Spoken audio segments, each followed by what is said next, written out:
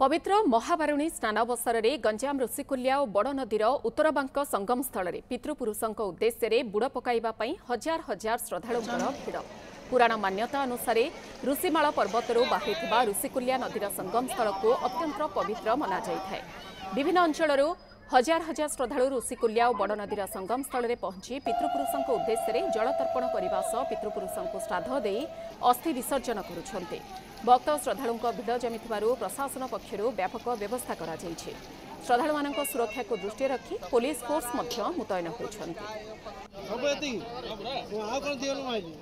पितृपुरुष शांति हुअंती बोलिगिरी ए Rushikulya उत्तरबांक cool श्राद्ध दि जाए। आ पितृपुरुष को तर्पण तिल तर्पण पानी जलदान अस्थि विसर्जन ए सब कराउछि। प्रति वर्ष आज्ञा प्राय 80-85 साल रु आसुछि। एबे तो प्रता सकाळ समय होईछि, पूरा परिवेश मध्य बढ़िया अछि। आशा करछु समस्ते जमदे ए जगह को परिदर्शन करिवे एवं हजार हजार संख्यार में वर्तमान देखु हजार हजार संख्यार लोक माने निजर आस्था प्रकट करिया पई ऋषिकुल्या एकत्रित होइछन्ति।